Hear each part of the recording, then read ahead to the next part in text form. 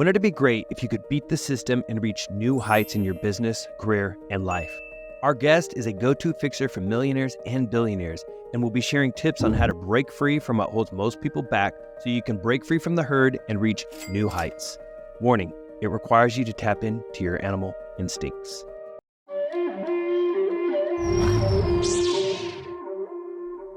In this episode, we are joined by Chris Jarvis, who counts billionaires, national brands, agencies, and family offices as clients who reach out to him for help solving their most complicated challenges. He started 8 companies and authored an impressive 16, to be 17, books. He also managed to squeeze out a top TED Talk in 2022, which has amassed nearly 5 million views. Welcome, Chris. Mike, Arden, thank you so much for having me. It's such a pleasure to have you on, Chris. Yeah, it's so good to have you. Chris, just as we dive in here, just drop a quick teaser that we're going to talk about a little bit more in a minute here. People are hopefully going to be curious about this. What kind of animal are you? Most of the time, I am an elephant. So you have 5 choices: eagle, elephant, dolphin, monkey, penguin. And you'll have to listen a little longer to figure out what that means and how it applies. But we do have a quiz for you, an assessment that took a few years to build. And it's actually free for the listeners. So if you want to go into the show notes and check that out, we've got save yourself $20 and you'll get a 19-page customized report, just so you have something that's will get some ROI that you don't need to sit through right away to get. Awesome. Love it. Arden and I are both penguins. And again, all this will make more sense as we continue to move along. But as we'll come back to that in a second, you have a pretty fascinating, background, and I'm curious if you could just share a little bit about it and how it took you to where you are today. Because again, you've had the benefit of working with these millionaires and billionaires, and you've learned so much that I'm sure our audience could benefit from. So could you just give your background and kind of how you ended up where you are today? Sure. I was a mathematician, so of all things, for someone who does a lot of public speaking, to actually, you wouldn't think the normal path would be starting as a mathematician, but I was a mathematician. I was an actuary. Decided working for an insurance company wasn't my thing. Went back to business school at UCLA. Ended up figuring out that there's a lot of people in finance trying to make a lot of money, but in my exploration of all of this with that math brain, the easiest thing that I could demonstrate or prove to people was tax. And it turned out that, people who want to save, I had a good knack for solving problems, obviously a mathematician, so I could figure out ways to save people a lot of taxes. A benefit is usually tax attorneys and accountants are not the most, flamboyant and wonderful speakers, so I had a little bit of an advantage from a communication standpoint. And so I started working on tax stuff because I could demonstrate that if I could save somebody $1 million, then, maybe it wouldn't be such a bad thing to charge somebody $50,000 or $100,000 or. So it just made sense. And what I found was that the people, unsurprisingly, who wanted to save a lot of taxes made a lot of money. And so then I got to meet thousands and thousands of people who made a lot of money. And in working with those people, there were two very interesting patterns that I identified, discovered, noticed, fell upon, whichever verb it is, depending on the day. I noticed, one, that the people who make a lot of money, they all do wacky shit. I mean, there is something in their business model that's odd. They don't make money with just please and thank you, being on time, being organized, being thorough, setting goals. There's every business model where people were making millions of dollars required them to do something that other people hadn't previously done. Or they did the same thing, but they did it very differently. Maybe it was a unique business model. It was a unique source. It was a unique product. It was unique marketing. It was something. Just something was odd. So I had someone in my office once who had a cardboard manufacturing company, which there should be no competitive advantage there, except they found a way to make cardboard that was laminated that you could then turn into popcorn boxes, and you wouldn't spill butter on your pants or your dress and ruin your clothes.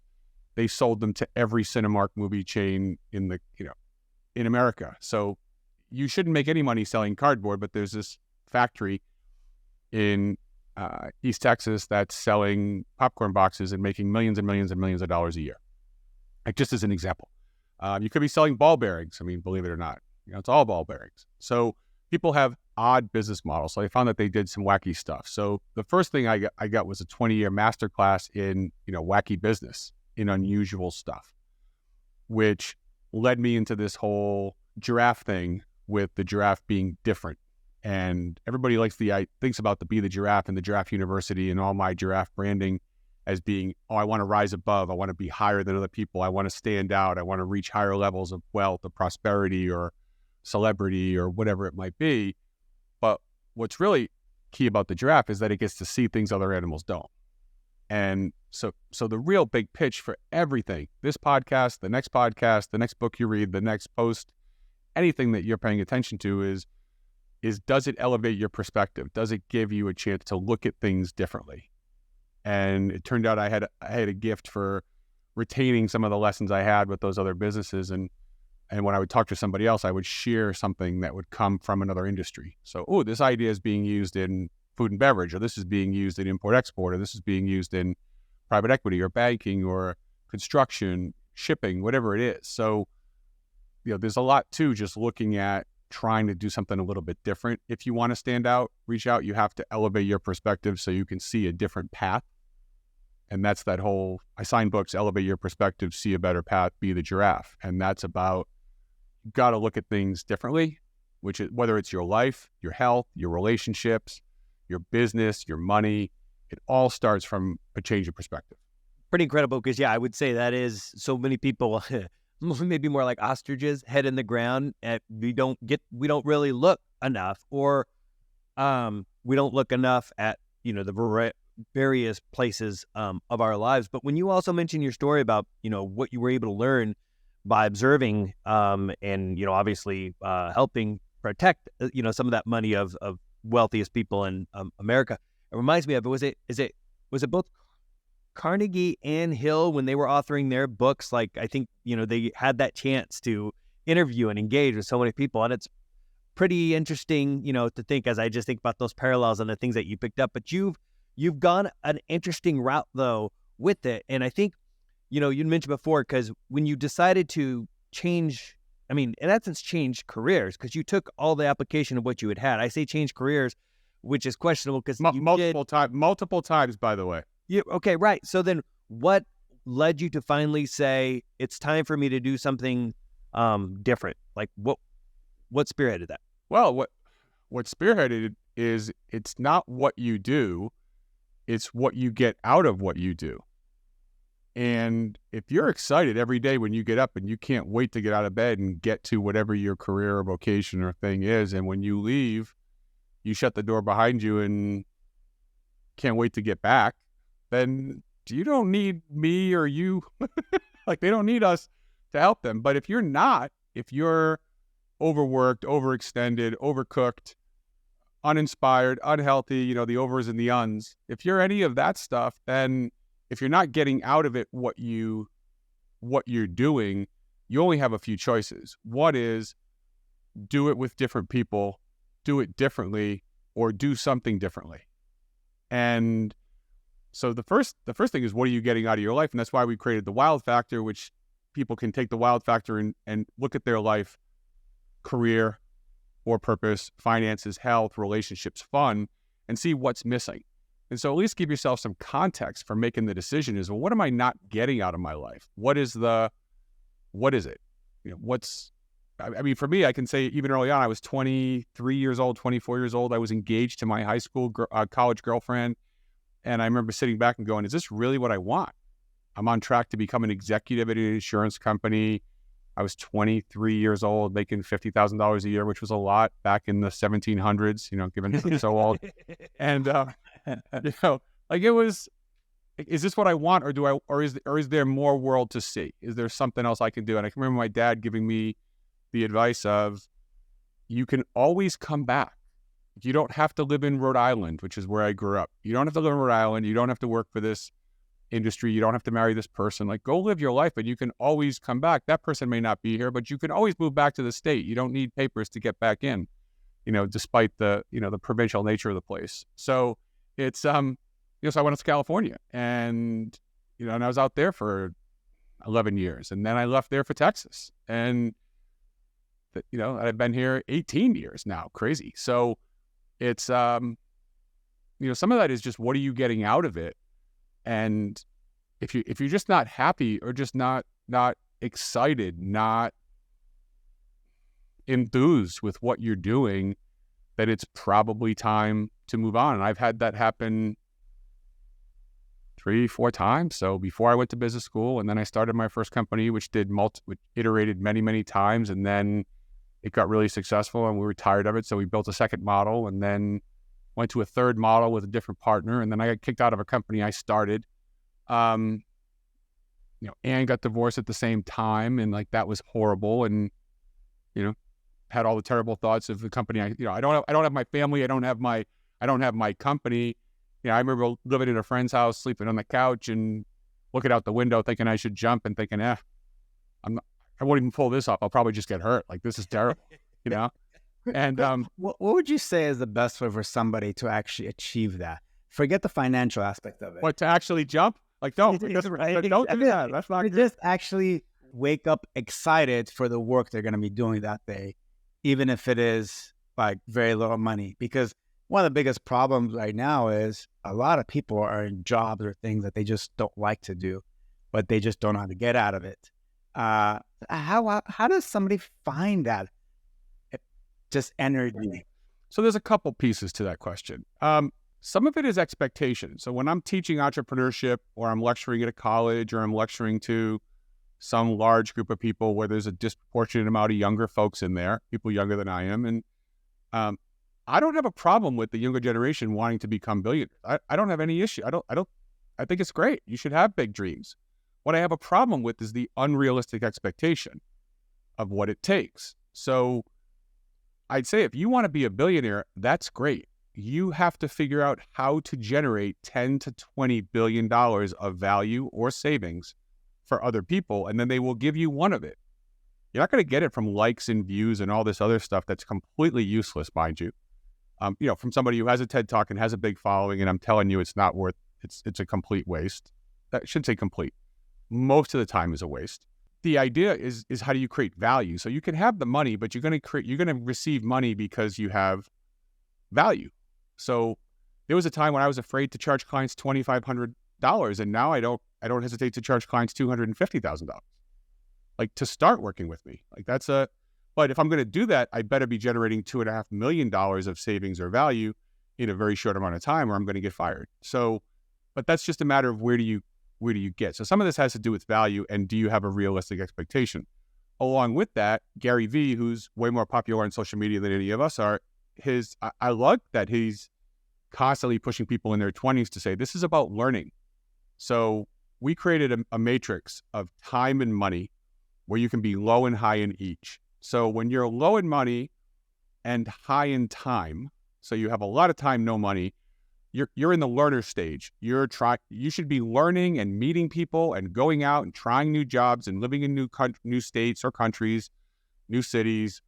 Just expand, give yourself as much exposure as you can. That's what college once upon a time was built for, to just help you think about something other than the house that you've always lived in your whole life. And so you're in that learner stage. Then you get to a point where you find something you like, which I know I'm going to come back to this, Arden. But once you find something you like, then you have no time because you're trying to become good at it, and you haven't made any money yet. So now you have no time and no money. And that's the builder stage of, I have to just figure out how to do this thing that I found. Now I have to figure out how to, just dive into it and do it. And I remember being at that stage. Then when you have a lot of money but no time, you're the director. So you got tons of things. Everybody wants your time and your energy, and you just don't. Your to-do list is always bigger when you go to bed than when you wake up, and those are a lot of my clients that are stuck in that spot with, I got a ton of money, but I just have too many people calling on me, asking for me, and I can just never get to it all. So I have to say no a lot. And as an entrepreneur, saying no is not what you want to say. And then you get to giver, where you at the end of your career, you have a lot of money and you're trying to give back. So you have a lot of time and a lot of money. So what you're asking me is more, you're getting from 1 to 2. The way you find 2 is explore. And for me, that was leaving Rhode Island and eventually moving out to the West Coast, not knowing anybody, moving in with a bunch of guys who lived on the beach in Hermosa Beach, and just making new friends and doing new stuff, and then going back to business school and meeting more people. And it requires change. And the giraffe metaphor is a really good one, because I don't say, Mike, that it's the ostrich is the opposite of the giraffe. I say it's the zebra, and it's because the zebra are all in a herd, and when you're in a herd, it's the safety in numbers, and that's the thing that, so the beauty is everybody like, oh, I like the safety in numbers. I'm young. I don't want to do. I'll do what everybody else does. We'll all become accountants. We'll all become managers. We'll all become salespeople. We'll, whatever that is.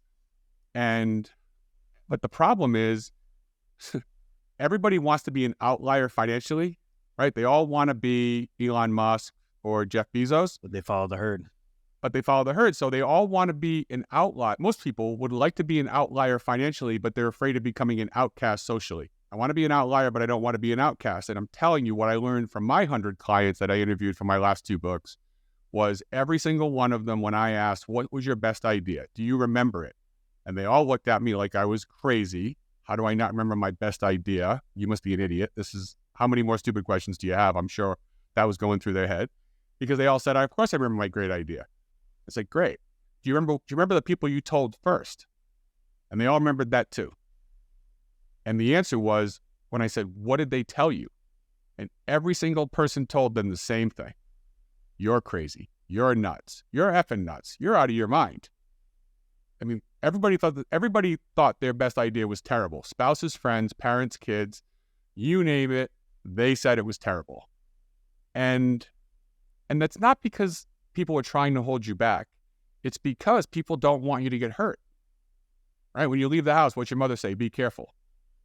Like, to this day, if I call my mother on the way to the airport when I'm flying away, which is something I still do, I'm 53 years old, she's like, be careful. It's not because she doesn't think I'm capable of navigating an airport, right? It's because she's my mother, and she's like, it's just, she's been saying it for 52 years, well, whatever, since I was let out of the house, however long ago that was.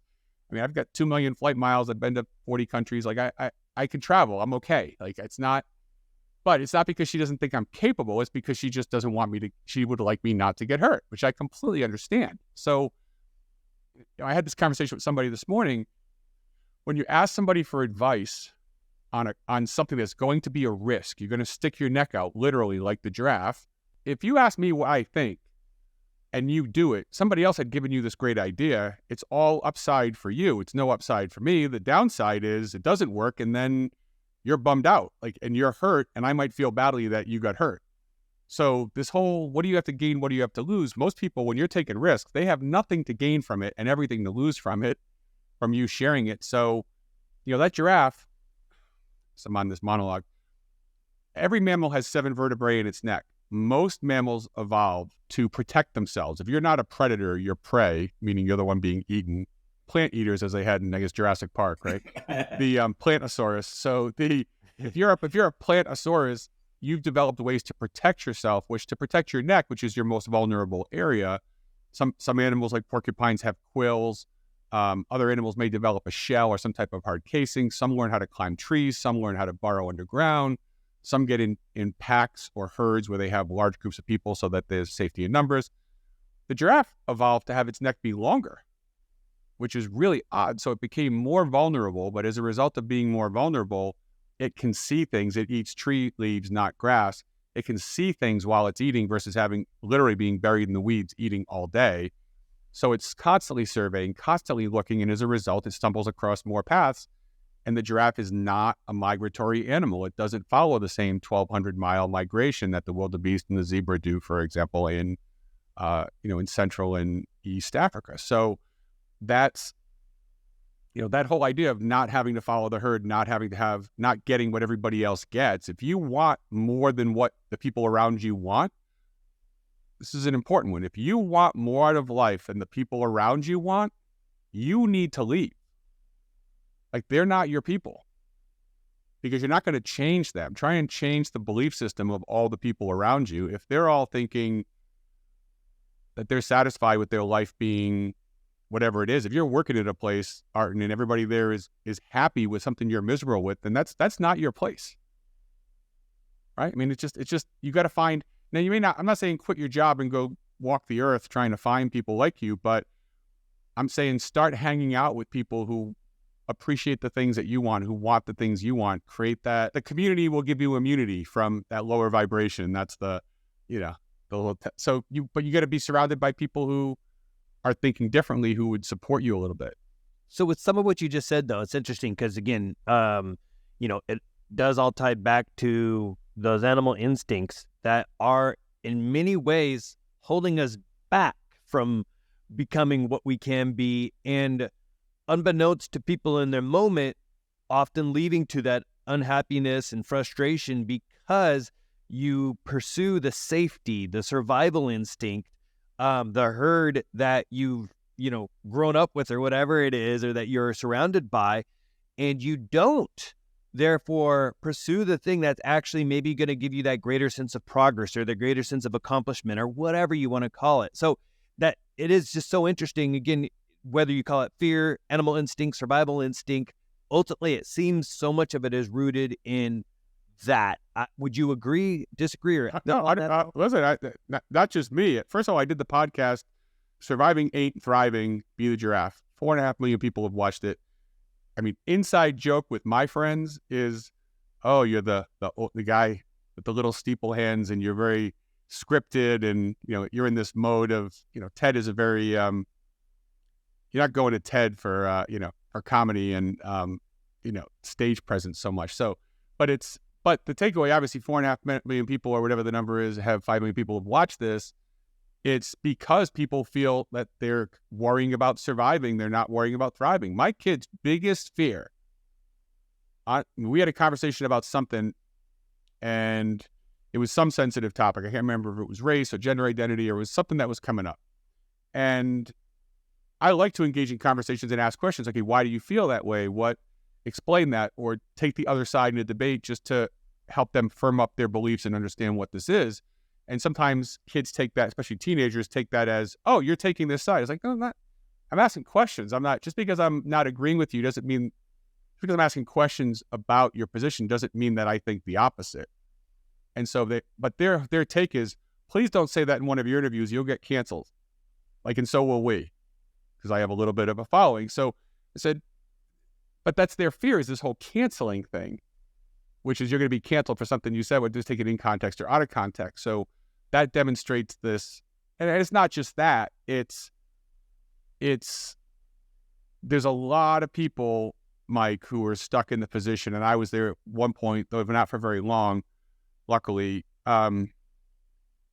You are just afraid of the downside, afraid of making mistakes, whatever that is. And that is survival instinct, is don't make the mistake. The lizard brain part of us is saying, stay with the herd, stay protected, stay safe.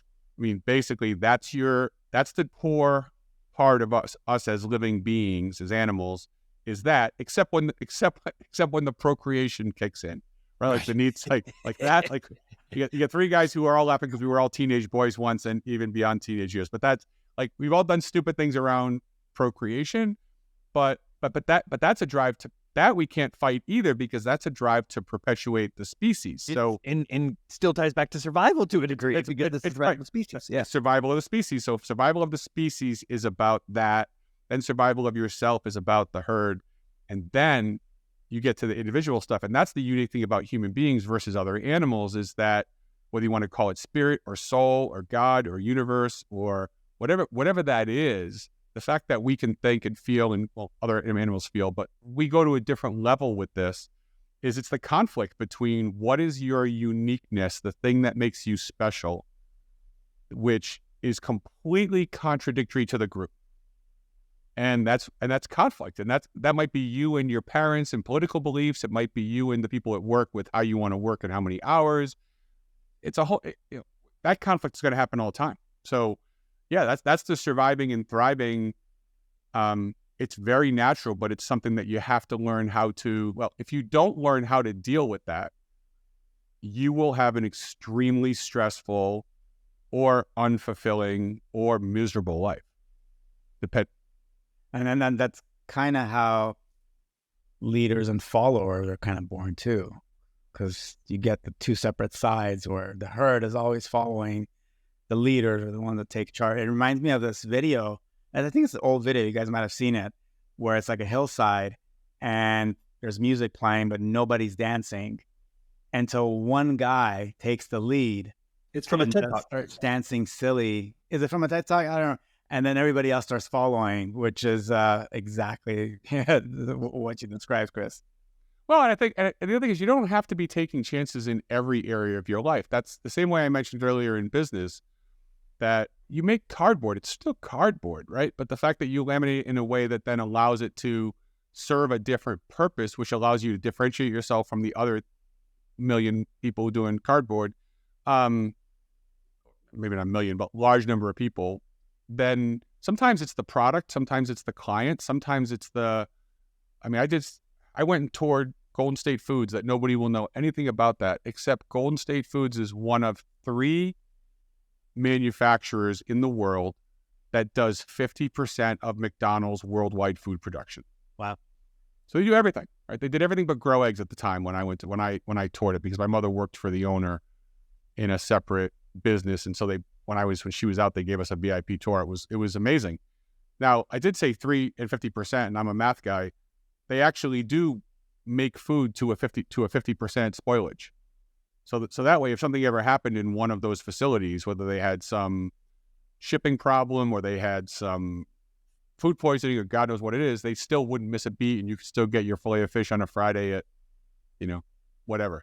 So really interesting business. And that company had one client. Well, 80% of their business was one client, albeit a really big client, right? Multi-billion-dollar company. So that they don't have they have an unusual business model in that they service mostly one client. They have some other small ones, but one is their big client.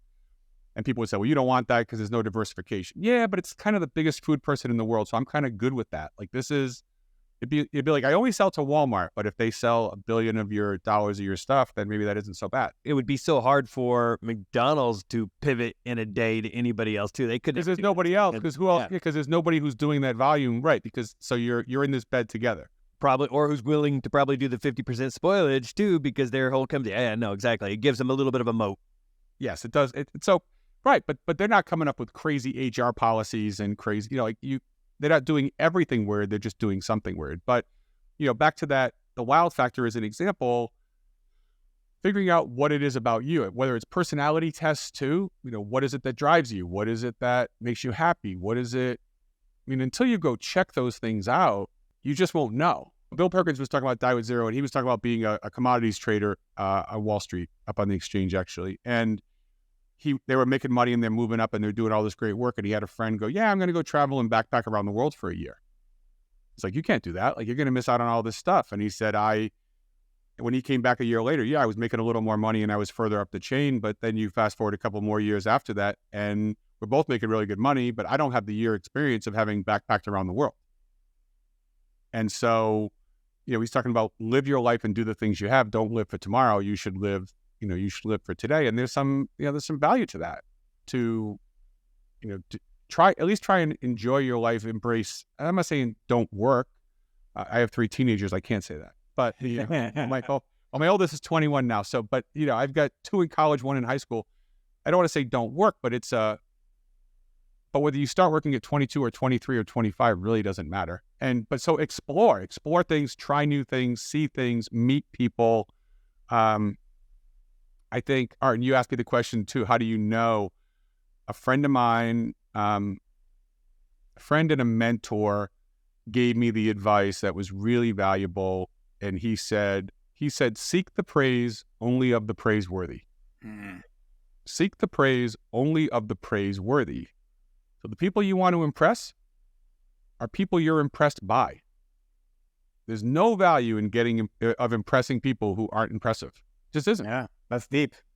It is. Stop. We could enter the haunting music now, but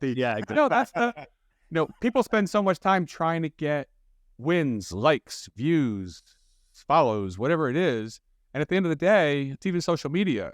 Would you rather have 75,000 followers and convert none of them to clients, or have 1,000 followers who engage with you regularly and give you great feedback and you get 100 clients? And I'm telling you, at first, it's really easy to get intoxicated by the growth and the size and what it might mean. But at the end of the day is, what are you doing this for?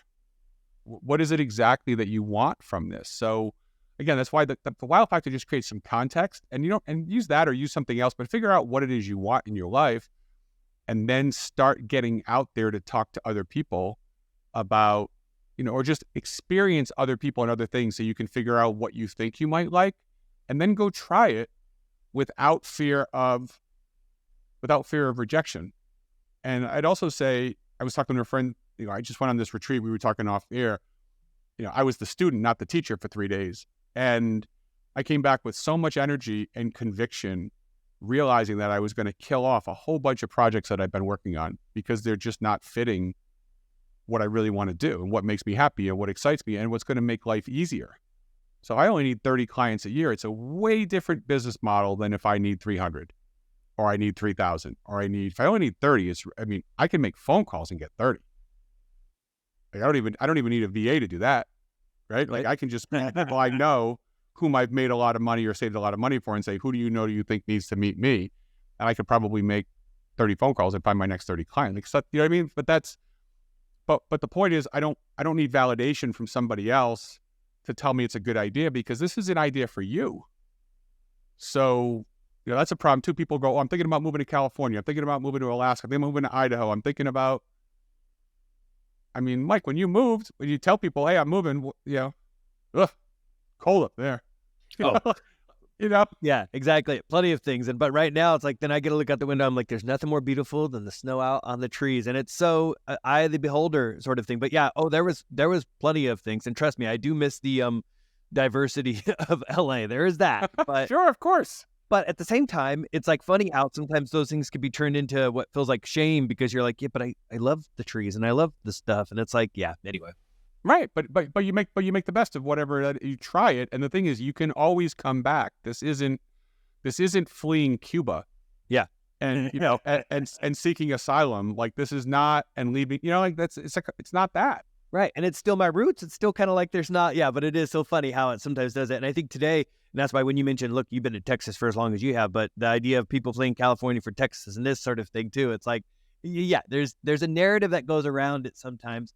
Some of it true, but then it just puts things at odds with each other, which is really interesting. It's at odds if you need other people to buy in. It was something else that was really, you want another deep thought by Jack Handy? Another deep thought coming from me is, in addition to the only seek the praise of the praiseworthy, something else that I heard from Michael Beckwith, who does a lot of really deep spiritual stuff in LA. He's been doing it for 50 years, and I was doing one of his courses on Mind Valley. And he said that when people try to convince you of their beliefs, they're not sure themselves. Yeah. Like, if I need you to stay in LA with me or move to Texas with me, that's because I'm not feeling comfortable in my own decision. Right? Whether it's religion or politics, or people who are comfortable in their own belief generally don't feel the need to convince you. That's just not it's just like, all right, I know this works for me. I don't need you to make it work for you to make it work for me. We're two different people. Totally. Makes sense. I have to share a funny story real quick though too. When I did move here, one of the things, you did have those things that you said that come from California, but then also here, all of a sudden, all the neighbors are like, change those plates quick, because you're in Idaho, they're like, Californians, no. And then, of course, all of my neighbors, I'm like, where are you from? California. It's like everybody's like, yeah. Anyway, yeah, I know that's but it's all rooted in identity. People are yes. Oh, I did. This is why I love the giraffe too. The giraffe is non-migratory. It's non-territorial. It can go places others can't. So if I keep hammering this giraffe metaphor, it's for a reason. That other animals circle this crazy migration. They do their 1,200 mile or depending what animal it is, but they do their very predictable migration around grass. And of course, grass follows rain. And then once you trample it down and eat it, there's nothing there until it rains again. Well, giraffes eat the leaves of a tree, and trees grow roots that are often as deep as the tree is tall. So if you have a 20-foot tree, you have 20 feet of roots, which means you could be in the desert. You probably have seen pictures if you watch any nature shows like I do. Probably seeing a tree in the middle of the desert thinking, how the hell is that thing alive? And so, well, it's alive not because it's getting rained on. It's alive because it's tapped into an aquifer that's 10 feet below the sand. So we'll never get it. There's no grass. There are no wildebeest. There are no zebra in the desert. But then you see this giraffe strutting its way into the desert. And so by being your own person and doing your own thing, you're going to get to go places other people don't go. And you'll be the person who gets to go to Alaska, or the person who goes to Burning Man, or the person who goes to ayahuasca in Costa Rica, or the person who decides to do a semester at sea, or the person who decides to teach English in Japan for a year just to do something different. Like, go do that. Give yourself the experience instead of being like, I have to be on this track for 10 years, 20 years, 5 years, 15 years. Like, so what? You're going to stick around and bust your ass to get a promotion to a management job in some company you don't give a shit about? Like, that's what you're aspiring to? Right. What's so interesting with that one too is people can sometimes, that pathway for some people is like in, 4 years, sometimes it could be long depending on the company, depending on their approach, lots of different things with that. But ironically, sometimes if people did instead look at, call it that whatever adventure thing they decide to do, come back with more perspective, and probably at that point come back now with having created enough distance from the herd they were with there that they're now like, oh, I could get this job over here that will automatically get me that, or faster, if that's what they want, get the title or the pay or whatever they had wanted. But you struggle with that perspective back to, the giraffe and it's because you're so immersed in it.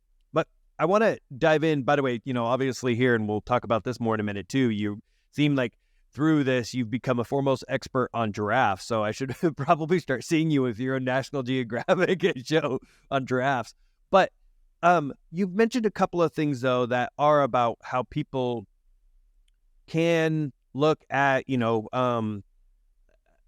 we've talked about seasons a little bit before, but they may pursue different things in their life. And I think this is a great segue into talking a little bit more about the wow factor and talking a little bit more about the different animals, that ultimately through that test and what they represent. Could you share a little bit about that? Yeah, so I created the wow factor, which is that 4-minute quiz. It's at chrisjarvis.me/wild factor. You can use the code below and it's free. Save yourself the $20. I mean, if you want to pay me, I'll take it. But, I do it for free. And I did it for a few reasons. One, I did it to help people I was working with understand what they were getting and what they weren't getting out of life. I did it so that they could quantify with numbers, put a quantity to something. That's usually very qualitative. So quantitative is numbers. Qualitative is, oh, it's kind of good, it's kind of bad. It's hard to measure. But those qualitative things like health, other than weight and blood pressure and cholesterol, okay, but generally, how do you feel? Mental health, spiritual health, relationships, fun, those are things that we don't usually measure. So as a result, in society, because we can measure money, it's not uncommon for people to make sacrifices for money because you can measure how much you make in the course of a year. You don't, we don't sit there and open up our wallet or bank account. We don't do this anyway, but you wouldn't say, I have this much money and I have these many units of fun and I have this many units of friends, right? So I did this so I could create something I could quantify so that people could see progress over time and say, oh, I was an 8 out of 20 on health, and this year I took it, and a year later I took it, I'm a 12. Okay, I'm doing a better job. I'm making better decisions. So I did that so there could be some progress to measure, for things that are hard to do. I also did it as a sales tool, and I did it as a leadership tool. So when I go in and work with a company who wants me to help with corporate culture, or they want me to help with relationships or sales or whatever this might be, then I always do the exercise. And for anybody listening who has kids, I'll put you through it right now. If you don't have kids, think about this as you and your sibling. If you have no kids and you have no siblings, then I guess you can set up this exercise. But if you have either, as a parent, think about a time when one of your kids really needed you. They had a real difficult experience, and you don't need to share it, but they were struggling with something emotionally or physically or whatever it might be. And a time that you were a great parent, and maybe you kicked them in the butt, maybe you gave them a shoulder to cry on, maybe you gave them sage advice, maybe you just hugged them, maybe you screamed and yelled, maybe you sent them to boarding school. You did something, and the result was good. Now imagine if your second kid or another kid had the same problem and you handled it the same way. So in other words, you successfully helped the first kid one way, and then you tried to help the second kid the same way you helped the first kid. How would that work out? Yeah, not so well. How come? It's a different language, if you will. So the kids are different. Yeah. But they're your kids. Mm-hmm. Okay, so you got kids who are grew up in the same house, same genetics, same... You're motivated by different things. Motivated by different things because they're just different. So most parents, and if you're not a parent, think about siblings. Think about, there was a time that my parents said, no doing this. They said no smoking in the house. So I never smoked, but my brother was always getting high in the basement. Or my parents said, don't steal a car. You can't do that. And I would never do that, but my sister always did.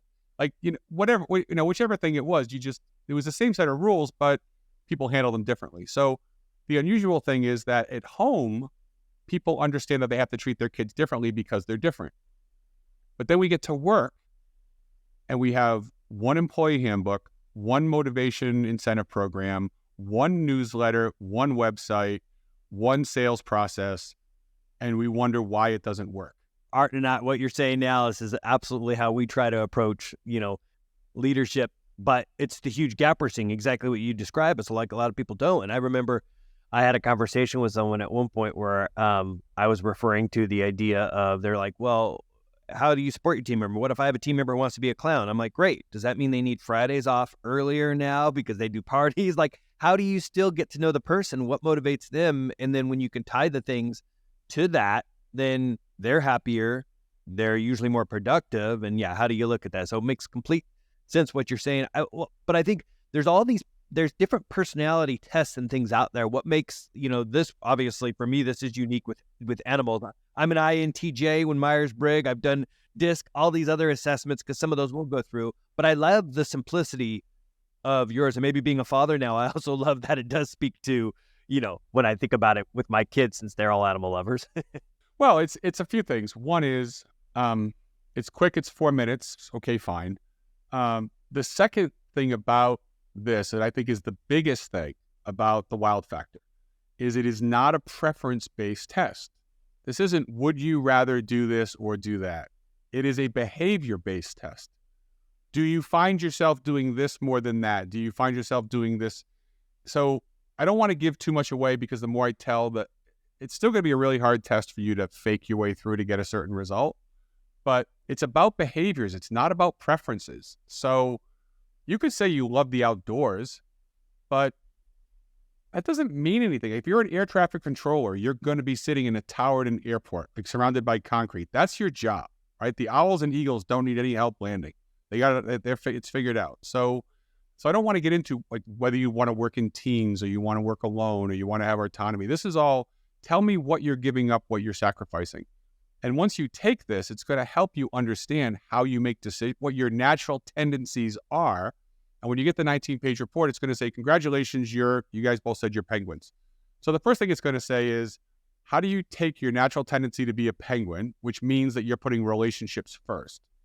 So now you get a situation where, how do you take the fact that you're a relationship person and use that to improve your finances, to improve your health, to improve your fun, right? So that might be, well, I want to have more fun, but I'm all about people. So now I got to find people who want to go see Bill Burr, or they want to go see Taylor Swift, or they want to go see the Clippers game, or whatever the thing is. They want to go hiking. Like, you find, if it's health, I find people who want to go hiking or want to learn to scuba dive or want to learn, because that it's the people thing that you really get a lot of joy out of. So now you got to find people who like the things that you like, right?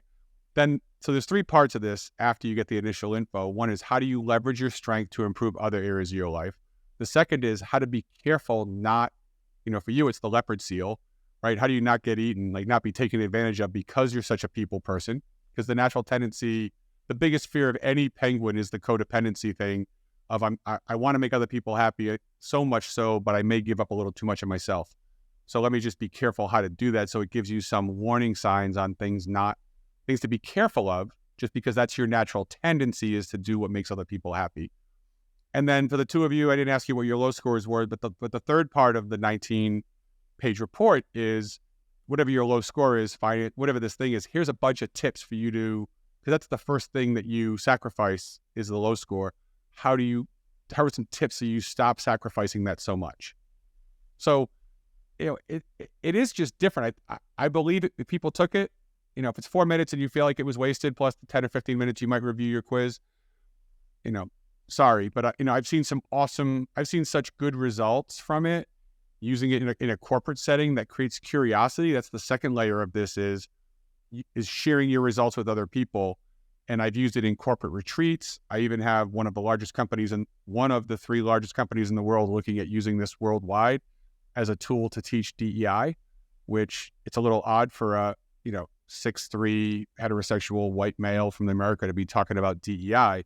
But it's not really DEI. It's not about pronouns. It's not about gender. It's not about orientation. It's not about race. It's not about religion. It's about curiosity. It's about curiosity and appreciation for the fact that we're all different, which just in sales, in management, just becoming curious as to what makes us different and what makes us alike. That mindset. I mean, I've won sales awards before I started my own company, like for 7 different companies. Like it's not because I'm the technical expert necessarily. It's ask questions other people don't ask. Like they ask sales questions that might get to a product. I'm asking personal questions and sharing things with people. So it's just, there's a different, there's something that comes from that. So I mean, I really like the Wow Factor. I mean, I like it so much. I mean, I make it free. I don't have a Wow Factor course. I mean, I do have a book that goes with it if you want to go deeper into it, but it's like, I just want people to have a better understanding of their behaviors. I think it's great. I will say, so when I was when we were at Disney, we did this event one time where everybody went and did the Myers Briggs, and then we tried to capture that on this grid on the wall. But back to it then meant, what are there, 16 different ones. And honestly, as much as, we wanted people to use that to better understand each other and how they can interact, when you have that many, it does make it really difficult. And I know this can have some sub ones too, as you talk about, which ones are your strength and weakness, but this simplifies it in a way that I think makes it more attainable. And to answer your other things, by the way, for me, my lowest, fun and health are the 2 that I was lowest on. So, like most people, I mean, that makes sense. I mean, that's very common. That not for 25-year-olds usually, but for some. But for anybody who's middle age, middle of the career, the idea that you have kids and a life and a job and there's responsibility. So it gets to it's hard. It's hard to have fun, and that's a big part of, can you have fun with some of this? And that's going full circle to Arden's question. How do you know what that thing is, or what does it look like? And some of this is trial and error, and depending on how deep in spirituality you want to get with some of the Abraham Hicks stuff or other stuff, that the clues we get in life, or the clues that we get from the universe, from God, from whatever, is the things that come easily to us, the things that we enjoy, or things that we should be pursuing. Like there's something to that life doesn't have to be that hard. You don't have to do the things that everybody else says you have to do. I think that's, for me, deep down, one of the drivers is just helping free people from trying to be like everybody else. And that's there's a chapter in the book that a friend of mine who reviewed the book for me, Be the Giraffe, which is coming out in May, which is the best book I've ever written, and it might change the world. It's really, really good, and I'm very, very proud of it. And but there's a chapter, Be a Nomad but Never Be Alone, which talks about how the giraffe can go find those trees and can go places other animals can't, because while it's eating from 18 feet above the ground, eating the tree, it's looking around and it sees things that are happening where every other animal has got its head buried in the grass, eating the weeds. And if it looks up, all it can see is the ass in front of him, right? That's all you got. And when the herd moves, you move. Like, that's just, right? Everybody's going out here, so we're going here. We're all going to Hollywood. We're all doing this. You just don't even think about what you're doing. You mindlessly go about it. And the giraffe when you leave the herd, it's going to be really difficult. But look at this, like those people in California, other people from California you didn't know found their way to Idaho, and then so did you. So you're the first person to go. And when you make a change, it's very unusual. Back to my story about all those super successful people. When they decided to give up good jobs to go do something else, to start a new company, whatever it might be, client of mine, Gordon Logan, started Sport Clips. And at the time, he went to MIT. I mean, he is a brilliant guy. And we were in the same CEO group for 10, 12 years. And then I've also worked for him and his family for a while, helping them with a lot of financial stuff. But he tells a story that when he decided he was going to leave one of the big 8 accounting firms back when there were 8, for all those people who only know that there are 4.5 right now, it was 8, and then it was 6, and now where we are, 5, and then now it's kind of like 4.5. But when he left and said, I'm going to leave all of this, they said, well, you're in line to become a CFO of a big 5 account, of a Fortune 500 company. what are you going to do again? He was like, I'm going to go create a haircutting company for men and boys. Right there, like, And one of his partners said, congratulations, you just invented the barbershop, and there are 75,000 of them. And now Gordon is one of the most successful and happiest entrepreneurs I've ever met. And he has a killer classic car collection. He's mentored his son who's taken over the business. He's brought me to the Daytona 500 where I've met Joey Logano driving his car and like stat in Daytona at the start. Like I'm right there. I like, excuse me, sir, can I get in my car? Because I got my head peeked in, looking around, nosy. It's a great concept. Speaking of like doing things differently, what barbershop do you go into that you can pay $5 extra and get a 5-minute massage? I'm like, it's brilliant. And the whole point of that is, again, he would tell you, it's about process, that while I'm there, you're already there. It's only 5 more minutes. It doesn't really hurt the situation. You know, he's figured out a whole lot of things. And if you live in Sherman Oaks and you move to McCall, Idaho, like Sport Clips is Sport Clips. It's still the MVP. Like so he's created some brand, which is wonderful. And I mean, I did not go there. This is not how I ended up like this. So I cannot blame Sport Clips for my male pattern balls. But so this whole thing is at least the exploration of what makes you different. The being super successful is how does everybody else do things, and then can you do things differently? But it should all start with the appreciation of yourself and how you're different, and it's okay that you're different, and it's okay if your friends are different. I mean, that's you don't need to get everybody to buy into. Like I said, that's the Beckwith. If everybody's trying to convince you, they're always trying to convince you because they're not convinced themselves.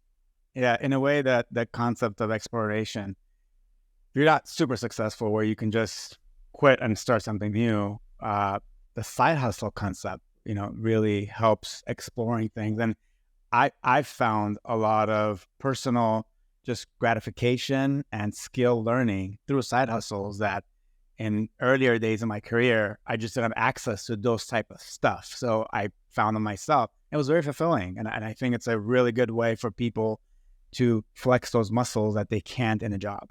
I agree. And if it gives you something else to do on the side, if you can do the job and pay the bills and try something else, one way is a side hustle. The other way is to volunteer and help somebody who's already in that space, who knows what they're doing. So my advice to college kids, grad school kids, is not to answer any job post, because a job post implies that somebody knows exactly what they want done, and there's going to be no creativity. It's like, I need you to do these things at this time in these places this way, where what I prefer is find somebody that you admire, at least, them as a person or their business or their industry or something else, and ask them if there's a project or something that they're struggling with that you'd like to volunteer your time to help them with.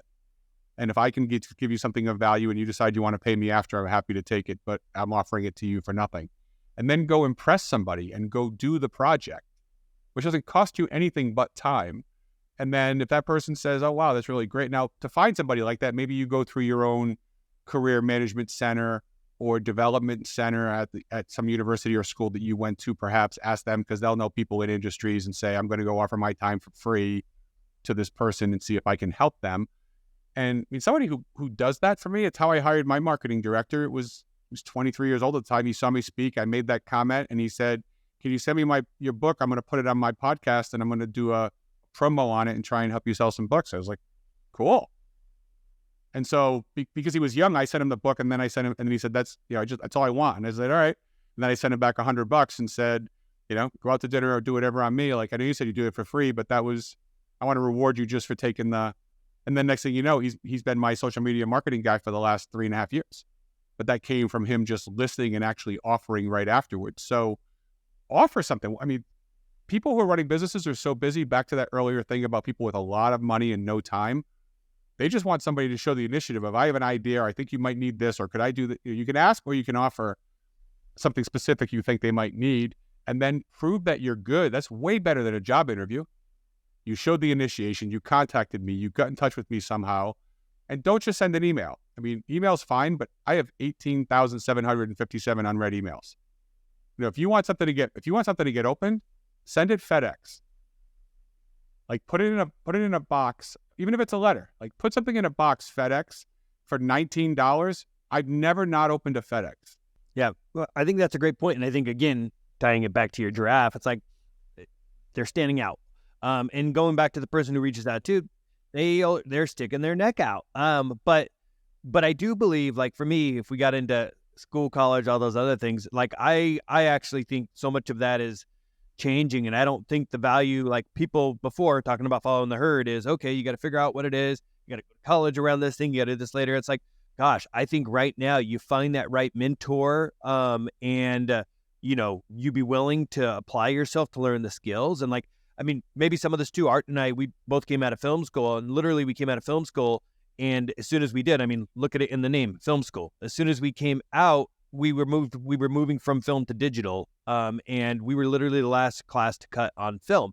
And the concepts are there, but still everything we were learning. And then we got hired into an area that was doing something called DVD, which at the time VHS was what was around. And it's like school could not teach us any of that. Maybe we learned some fundamentals, but to be honest, we just had several years of learning more fundamental underlying skills that didn't necessarily give us the experience that you could get through just application applying. I'll call it a sucker. It's not a sucker. We both benefit. But people who reach out, who are willing to do that for me, I'm like, let's do it. There's been times where I've been like, you want my help? If it's around a paid service, I'm like, well, you're good at this. You want to just, trade? Because I want them to get to what they want. And if they can't afford it at the time, it's like, as long as they're willing to apply themselves, like I think the sky is the limit. And you could find people so easy today on LinkedIn, others. To your point, if it came to an address, you could search and literally you often get people's addresses. It's scary, but they're there. Test a few of them, see if you hit. And yeah, I think that's critical. I still send out handwritten notes and thank yous to people for things. That's great. Well, I shouldn't say still, because I never sent thank yous ever when everybody sent thank yous. And it was like, okay, you're going to send me a birthday gift and I'm going to send you a thank you card. And then what? You're going to send me a card thanking me for my well-written thank you card? Like, when does it stop, right? So, reciprocity. Yeah, just like keep going and going and going. But when I meet somebody, I've had numerous relationships in the last 5 years that people have called me, messaged me, whatever it was, found me and asked for a meeting. And it was because, and they were in a position that was more senior, let's say, to where I was. I thought I had more to gain from our relationship maybe than they did, but they reached out to me because they were impressed with the fact that I actually sent a handwritten note, which requires you actually having notes and then writing them. And then you have to put a stamp on it. And then you go to this thing called the post office, which you can Google what that is. Right. And, and then somebody gets it. But when you get mail, like my wife, it's like we're living in the 1800s. She's like, I'm going to go out to the mailbox and get the mail. And it's actually an experience versus I dump 1,000 emails a day. I mean, maybe 5,000. I mean, the number is so big that it's just not. I think what you're saying is actually why still email marketing hasn't died. It's still a way that shows up that's not as spammy as, some of the other stuff too. But when you do a personal note, I'll receive one still periodically from a former team member. And I love it because very few do. And it always feels so like heartfelt and meaningful. And it's really nice. And Art and I on a previous podcast mentioned the importance that so many people fail to do when it comes to interviewing for a job afterwards, following up with that, whether it is physical, whether it's email, whatever it is, still just the idea of reaching out, showing that you can find how to reach out to the person and shows that, you're resourceful, but also at the same time, just it's another chance to stand out and basically let them know why you think you're best for this job and what you could do. And less than 3% of the time, do people ever do that? And the ones who did, they stood out for me. And if it wasn't for that specific role, because maybe there was somebody better, they still stood out and stuck in my mind for the next time. And I think that's another thing is they assume at that point, okay, relationship's over. It's like, no, that could be the beginning depending on what you do with it. Anyway. I know there are companies that have turned this into a business where, if you have money but no time, but want to do this, companies will, take your message and do the job of getting your handwritten note out. Yeah, it's handwritten. It's just not my hand. Yeah, that is interesting. But there's somebody who said, I have a solution, and they're probably making a millionaire or whatever it is. Art, now I want to throw one more thing in too. Art, you earlier asked something about how do you know, where do you go? One of the things, a great place for you to find a side hustle or find an opportunity is inside your current career. I mean, it is right where you're working, which is, think back to every meeting you've ever been in where someone has said, we just don't do that. Client's asking for this. Yeah, we don't do that. The employees want this. Yeah, we don't do that. We can't do that. Whenever there's a we can't do that, we don't do that, there's an opportunity for you to do that. Like that's your thing. And so, and if you're in a situation where you're customer centric, you actually get to touch the customers, whether you're in a service role, sales role, whatever that might be, taking every opportunity you can to talk to people and ask them, what's the best part of working here, working with us? What's the worst part? What do you like? Or even ask them, hey, question, what company do you love working with? Like, is there just anything you can get, and why? Why do you love working with them? Or if they, oh, it's great working with you guys. Why? Because you're always on time. Are other people not on time? Oh, you know, yeah, or whatever that is. Find, like, for example, if you're in plumbing or in cable, and someone says, God, you guys always show up when always show up when you're going to say you're showing up, then what, other people don't show up? No. Well, then someone at one point figured out there's a way to track this and give people updates so they're not sitting around all the time to say, hey, you got 3 hours, you can go run some errands. We're not going to be there till 2:00. So that's going to come from asking people, constantly getting feedback. That feedback loop is so important. What's working, what's not working. So in your company, every complaint that somebody has, well, there's a complaint in a company, right? It finds its way up to somebody of power, and then they find a way to push that shit down on you and talk about how badly, you know, the people handled it. But every time there's a conversation about a complaint, that's an opportunity for you to create a business. I actually think that's what, where a lot of these businesses end up coming from, is that person who sees the opportunity, sees somebody isn't, probably gets frustrated because they want to fix it. And then the business might be like, we don't do that. And they're like, forget that. I'm going to go and do that. So, you know, I think that's an incredible place to look.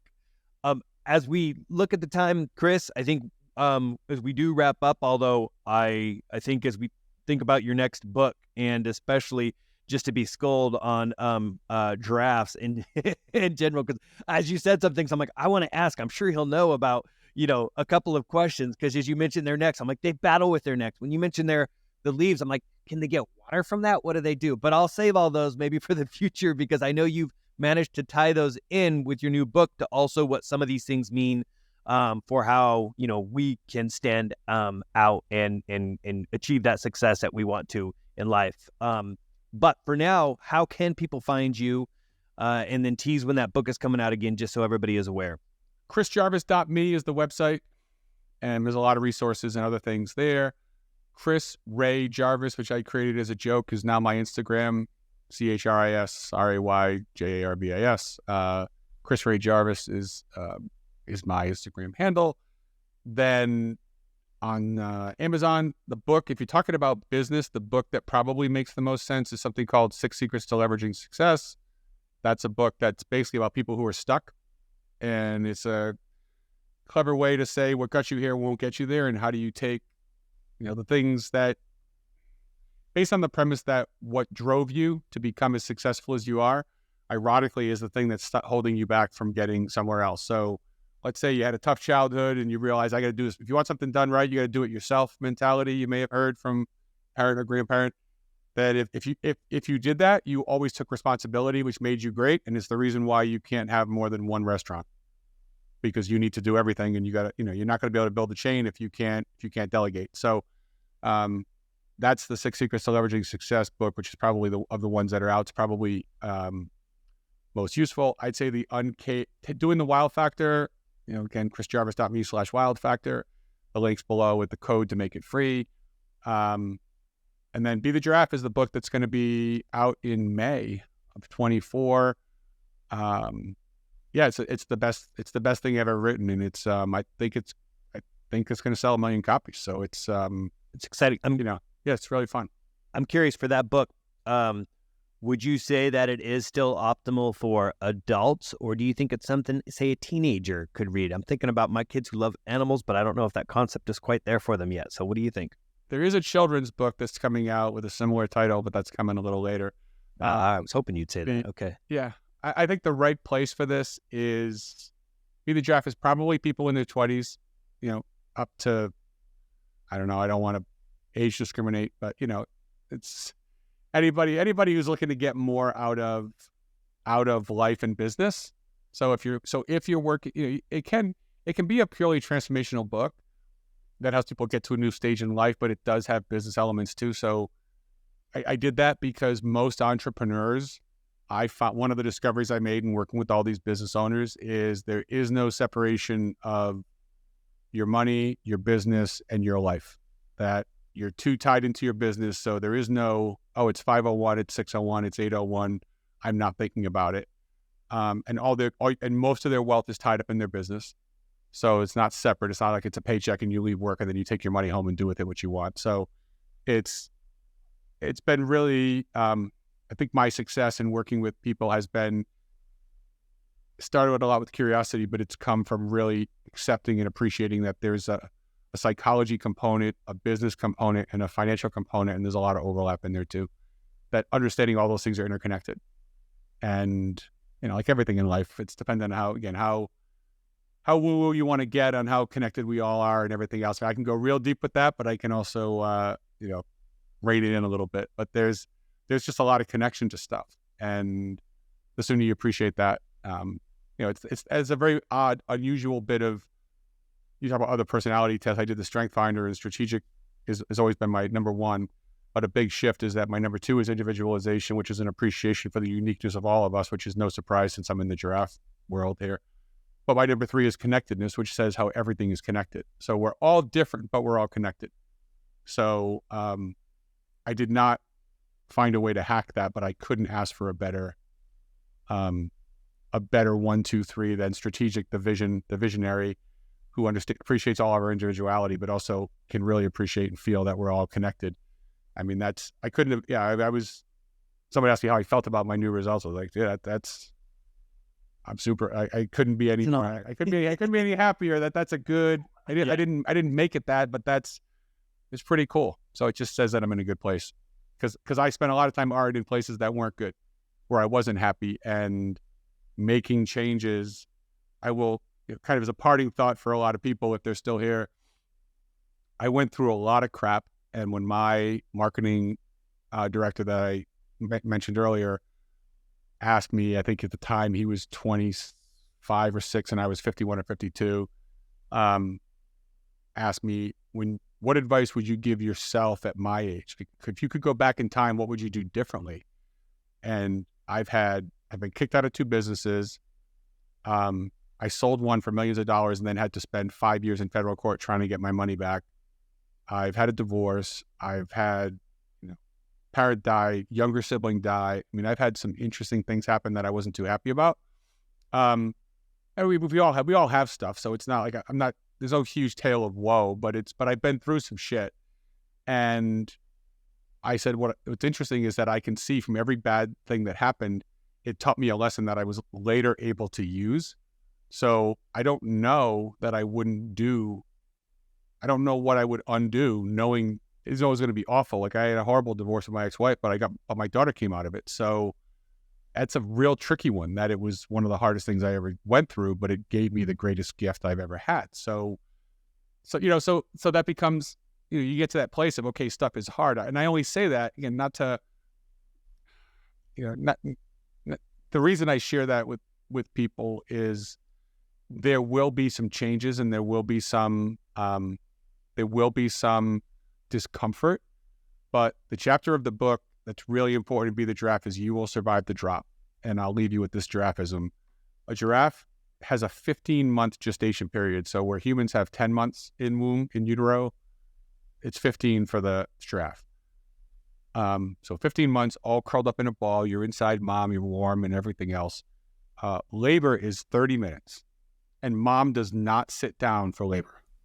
Trump on out. I don't know if you've fallen out of bed as an adult, but I did for the first time in 45 years about 6 months ago. And that's the closest I'm going to come to time travel. Yeah. I wasn't drinking. I just went to bed and I just happened to be too close. and I rolled and fell off and I hit the ground. And there was a moment, my eyes opened, and I had absolutely no idea where I was or who I was. I was like, what? Because I've never woken up looking under the bed. Like, that is not, I mean, it was time travel, right? So that was so startling, and I fell like 3 feet. So a giraffe, you've never seen the sun. Like, I know what under the bed looks like. Like, it took a little while to go, oh, that's under my bed. I must have fallen out of bed. The giraffe who falls from 6 feet out of its mother has never seen sun, never stood up, doesn't know what grass looks like, but you're laying in it. Yeah. So, but every giraffe that's born that way has this extremely traumatic event, which I call the drop, and they all survive it, right? They get up, they walk. They've never walked before, but they do get up and they get moving. And as long as you get up and get moving, eventually you're okay. Yeah, hopefully they're not close by to a lion. But yes, there is. Well, luckily, yes, luckily you're not gonna give notice, and someone is gonna take your head off, and not literally as you quit. But the point is, it's gonna seem very startling at the time, but it's just different. And so you too, you will survive the drop. And if you're not sure, Google giraffe birth. It's just be like, ooh, that looks pretty abrupt. So you're going to make a change, and it's going to feel really odd, but you will survive the drop. So when it comes, whether it's voluntary or involuntary, if it's involuntary and someone loses a job, gets divorced, gets broken up with, my answer is always congratulations. Always congratulations. And I mean it, because someone doesn't want you and doesn't think that under any circumstances you can be of value. Like, they're way better off without you than you're way better off without them. Like, always. I feel the same way, especially, again, it's a lot of advice that say to people in their careers when it does happen, they get laid off or something like that. It's like, oh man, sweet, here comes that next great adventure. And especially because sometimes in that scenario, they were so stuck in with the herd that they might have forgot who they were, and now it's their chance to rediscover that too. So yeah, I love how you put that, the drop. Definitely. Dude, your company decided that they wanted to move forward with a third of the people not here. They had, they didn't have you in the top third. Like, they didn't see you as being valuable at all. They didn't even ask you to take a pay cut. Like, right. They thought, we don't even want you here. Yeah. Well, instead, who the hell wants to work there? Like, how do you feel appreciated, right? Instead, in those scenarios, that's where I'm like, for the people, I'm like, gosh, wouldn't it have been great to actually have known that 2 years ago? Because you might have spent 2 years at that company when you were always in that zone and you didn't know it. So you will. So seek your people. Don't be afraid of breaking free from the herd. That's where all the good stuff happens. Don't seek validation. You can get support and guidance, but you don't need validation. And when you do it, it'll be different, but you will survive the drop, and you'll be a nomad moving out on your own for a little bit, but you won't be alone long. You'll find your people. Love it. Awesome. Well, thank you, Chris. We're glad we found you as a people, and we look forward to, I really do want to have you back when it comes to your next book. You just offer loads of value, which I know you strive to do. So thank you so much. And for any of our listeners, don't forget to subscribe, and don't forget to take the Wild Factor test. Bye all. Thank you.